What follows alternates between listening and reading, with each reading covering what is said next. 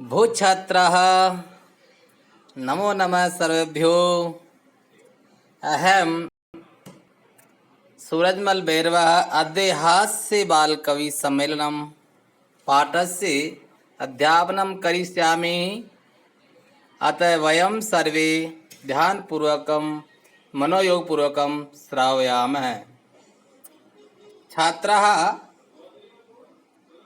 अद्य हास्य बालकवि सम्मेलनं पाठस्य परिचय अस्ति। प्रस्तुत पाठ में बच्चों के द्वारा हास्य कवि सम्मेलन का वर्णन हुआ है। इसमें हास्य प्रधान कविताओं और वार्तालाप के द्वारा वेद्य, गजाधर, यमराज आदि पर रोचक ढंग से व्यंग्य किया गया है। साथ ही इस पाठ में प्रमुख अवयवों का भी प्रयोग हुआ है। ऐसे शब्द जो तीनों लिंगों में, तीनों वचनों में तथा सभी विभक्तियों में समान रहते हैं, उनके स्वरूप में अंतर नहीं आता है, वे अव्यय कहलाते हैं। बच्चों एक बार और ध्यान दीजिए कि ऐसे शब्द जो तीनों लिंगों में, तीनों वचनों में तथा सभी विभक्तियों में समान रहते हैं, उनके स्वरूप में अंतर नहीं आता है, वे अव्यय कहलाते हैं। तो अद्य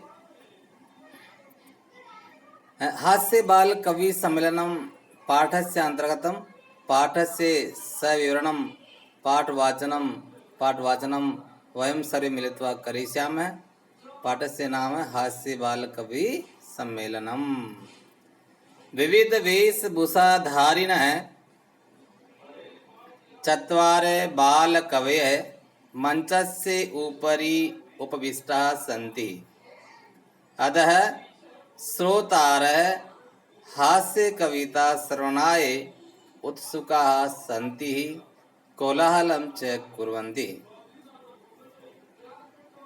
पाठ का सरलार्थ: विभिन्न प्रकार की वेशभूषा धारण किए हुए चार बाल कवि मंच के ऊपर बैठे हैं।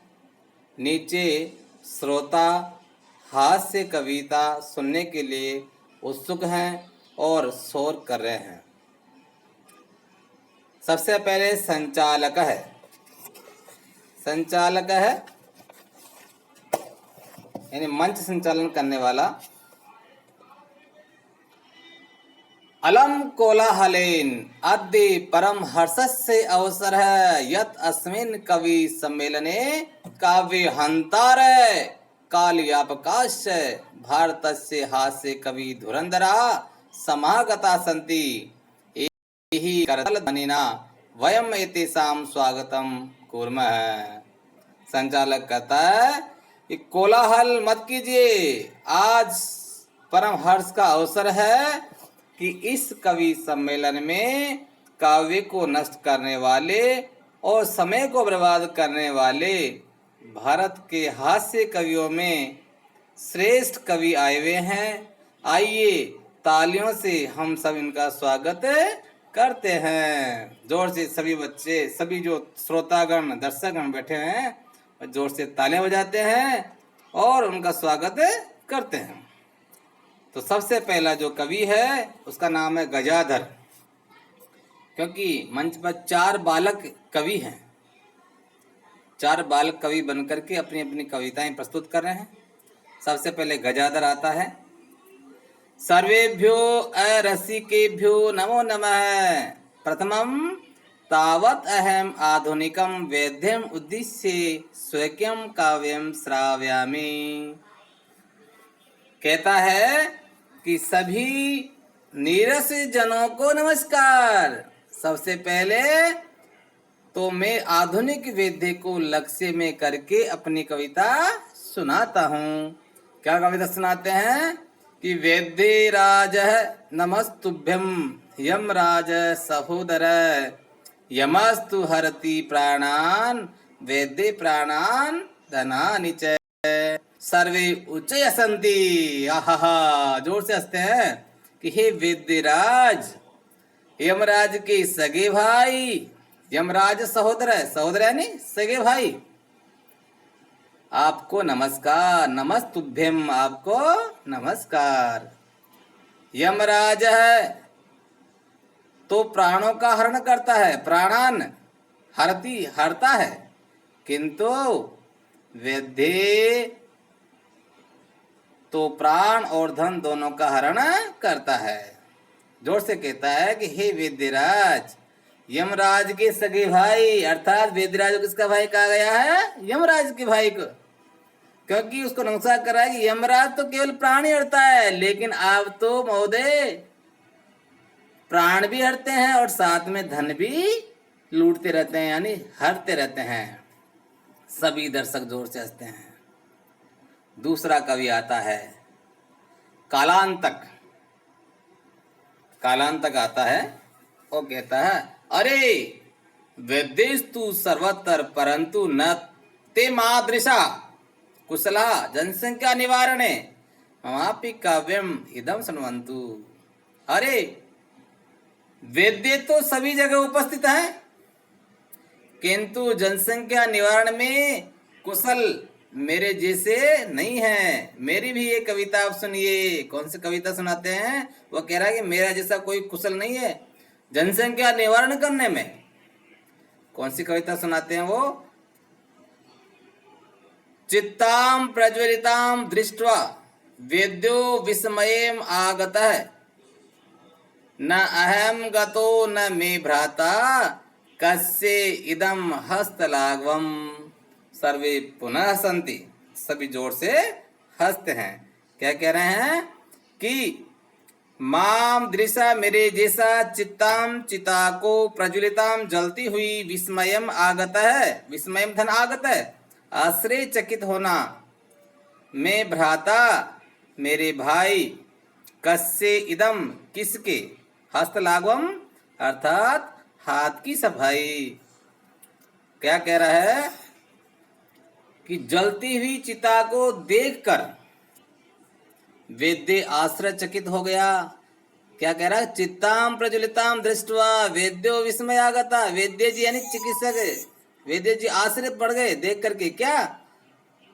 जलती हुई चिता को देखकर। क्यों? कि न तो मैं गया और न मेरा भाई, फिर ये किसके हाथ की सफाई? अर्थात न तो वेद्य जी उसका इलाज करने गया, न यमराज जी गए, तो फिर बीच में किसने हाथ साफ कर दिए? ये किसके हाथ की सफाई है? सर्वे दर्शक पुनः जोर से हंसते हैं, क्योंकि ये कालांतक यानी अकस्मात मृत्यु जो होती है, कालांतक, उसको काल मृत्यु कहते हैं। वो किसी का इंतजार नहीं करता है, न डॉक्टर का न यमराज जी का। उसमें तो तुरंत मृत्यु प्राप्त होती है। तो वो कहता है कि हे वेद्य, मेरे हाथ की सफाई देखी नहीं आपने? मैं जनसंख्या निवारण करने में बहुत कुशल हूँ। क्योंकि आपने देखा होगा, सडन आपने कहीं पर भी यात्रा करते हैं, कोई बस है खाई में गिर गई, अचानक इतने लोग मर गए, हैं? बाढ़ आ गई, जहाज डूब गए, इतने लोग मर गए। तो ये क्या है? कालांतक है, अर्थात उनका अकाल मृत्यु। इसी के साथ तीसरा जो कवि है वो है तुंदिल है, यानी मोटे पेट वाला, तोंद वाला।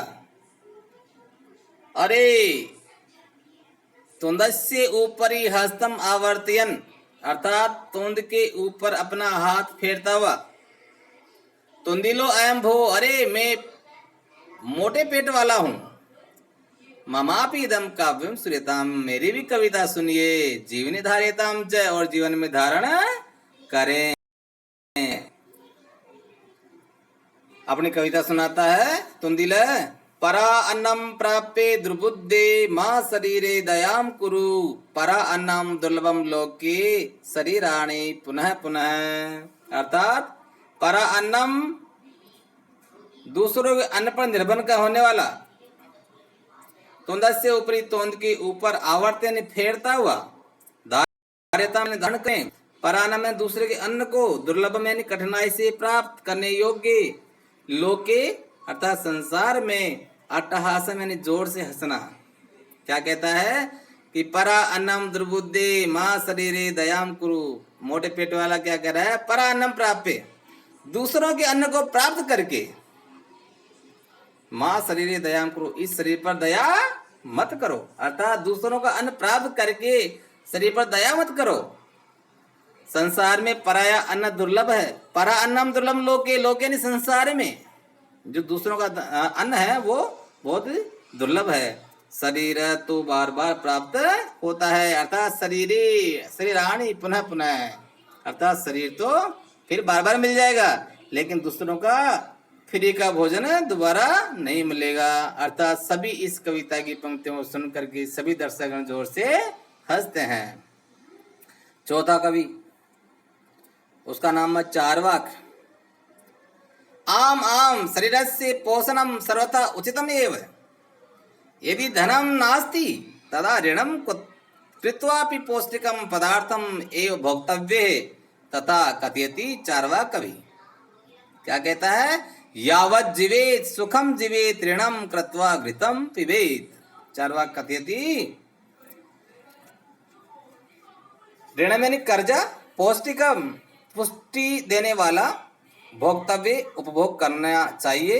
यावत जीवित अर्थात जब तक जीवित रहो, घृतम यानी घी, प्रत्यर्पणम लौटाना, अवशिष्ट बचा हुआ, श्रमम परिश्रम मेहनत, उत्प्रेरित होकर के, हास्यपूर्वकम यानी खुश होकर के या हंसते हुए, श्राव्यते यानी सुनाता है। क्या कहता है कि आम आम अरे हाँ हाँ, शरीर को पुष्ट करना सर्वथा उचित ही है, अर्थात शरीर से पोषणम सर्वथा उचितम एव, शरीर को पुष्ट करना, शरीर को पोषित करना, पोषण करना सर्वथा हमेशा उचित है। कैसे? यदि धनम नास्ति, यदि धन नहीं है, तथा ऋणम कृत्वा पौष्टिकम पदार्थम एव भोक्तव्यम, यदि धन है तब भी ऋण यानी कर्जा करके भी पुष्टि देने वाला पदार्थ ही खाना चाहिए। और ऐसा चार्वाक भी कहता है कि यावत् जीवेत सुखम जीवेत ऋणम कृत्वा घृतम पिबत, अर्थात जब तक जीते रहो तब तक सुख पूर्वक जियो, ऋण करके भी चाहे घी पीना चाहिए, अर्थात पीना चाहिए। तो उनमें से एक श्रोतार है, सुनने वाला, जिन्हें सुना है दर्शकों में से, वो कहता है तुरंत खड़ा होकर के, तरी ऋणस्य प्रत्यर्पणम कथम, वो कहता है कि तब ऋण को कैसे लौटाना चाहिए? भाई कर्जा करके तो खाएं, घी पिए, कोई बात नहीं, लेकिन कर्जा कैसे दें फिर? तरही ऋणस्य प्रत्यर्पणम कथम, तो ऋण का वापस लौटाना कैसे? चार्वाक कथयति सूर्यता मम अवशिष्टम काव्यम, अरे अभी सुनो, अभी मेरी कविता पूरी नहीं हुई है, बची हुई है। सुनिए दूसरी लाइन क्या है कि घृतम पित्वा श्रमम कृत्वा ऋणम प्रत्यर्प्यत जनः, कहता है कि मनुष्य को घी पीकर श्रम करके ऋण लौटाना चाहिए। कहता है घी पियो, श्रम करो, मेहनत करो, जिससे धन प्राप्त हो, और वो धन जो आपने कर्जा लिया है घी पीने के लिए या अच्छा खाने के लिए, चाहे दवाई लेने के लिए, उसको वापस से लौटाओ। काव्य पाठ श्रवणेन उत्प्रेरित, काव्य पाठ सुनने से प्रेरित हुआ एक बालक भी शीघ्र कविता की रचना करता है और हास्य पूर्वक वो सुनाता है। क्या सुनाता है? इसमें जो श्रोता कहते हैं कि घी जब तक जिए सुख से जिए, चाहे ऋण करके कर्जा करके और खाएं। दूसरा कहता है श्रोता कि घी तो पी लें कर्जा करके, लेकिन चुकाएं कैसे, उसको वापस कैसे लौटाएं? तो वैसे अभी कई ऐसे प्रवृत्ति के लोग भी होते हैं हमारे, जो बीमार हो जाते हैं लेकिन पैसा खर्च कर दवाई नहीं लेंगे। वो कहेगा मेरे पैसा कर्जा हो जाएगा, मैं पैसे कहाँ से लाऊंगा? वो जो उनके पास है उसको भी खर्च नहीं करना चाहता है, और एक दिन उसकी मृत्यु हो जाती है। तो ऐसा जीवन किस काम का? अर्थात अपने इस शरीर की देखभाल करने के लिए, इसको पोषित करने के लिए अगर पैसा भी नहीं है या आप बीमार हो तो उसकी दवाई लो, अच्छा खाओ, अच्छा पियो, चाहे उसके लिए कर्जा करना पड़े। और कर्जा की रही बात, जब आप में शक्ति होगी, ताकत होगी, स्वस्थ होंगे, आप कमाएंगे, मेहनत करेंगे और पैसा कमाएंगे, और जो आपने कर्जा लिया उसको वापस से लौटाएंगे, हमारा जीवन सार्थक रहेगा। बालक है, एक बच्चा उनमें से खड़ा होकर के तुरंत एक कविता बना के और लिख करके और तुरंत सुनाता है। क्या? श्रूयताम श्रूयताम भो ममापि कहा, अरे सुनो सुनो मेरी भी एक कविता। गजाधरम कवि चैव तुंदिलम भोजे लोलुपम कालांतकम तथा वेद्यम चार्वाकम च नमाम्यहम्। वो बालक चारों कवियों के बारे में एक छोटी सी 2 पंक्ति की लाइन लिख करके और वो सुना देता है, उनका विवरण करता है। कैसे? कि गजाधरम कविम अर्थात कवि गजाधर को, च एव और ही, तुंदिलम भोज्य लोलुपा जो पेट वाले को, अर्थात भोजन के लोलुप इच्छुक अर्थात अधिक भोजन करने वाले, कालांतक च और कालांतक को, अकाल को, और वैद्य चारवाक, इन सबको मेरिया नमा में मैं उनको नमस्कार करता हूँ। काव्यम श्रावित्वा हा हा इति कृत्वा अस्ति। काव्य सुना करके और जोर से हा हा हा ऐसा करते हैं, और अन्य चापी हसंती और सारे और भी हंसते हैं। सर्वे गृहं गच्छन्ति और सभी लोग घर पे चले जाते हैं। तो इस पाठ में एक कवि जो बालक कवि है आपस में मंच संचालित कर रहे हैं, और एक छोटी सी कविता, हास्यपूर्ण कविता यहाँ पे संस्कृत में प्रस्तुत की है। उन बच्चों ने अच्छे से प्रस्तुत किया है। बच्चों, हम ऐसी छोटी छोटी जो हास्य कवि सम्मेलन की कविता है, ऐसी छोटी छोटी कविता है, इसको हम हमारे विद्यालय में भी सुना सकते हैं। संस्कृत में नाटक प्रस्तुत कर सकते हैं, संस्कृत सप्ताह आता है उसमें भी कर सकते हैं, संस्कृत प्रार्थना सभा में कभी विशेष कार्यक्रम में हम ऐसे संस्कृत भाषा के प्रति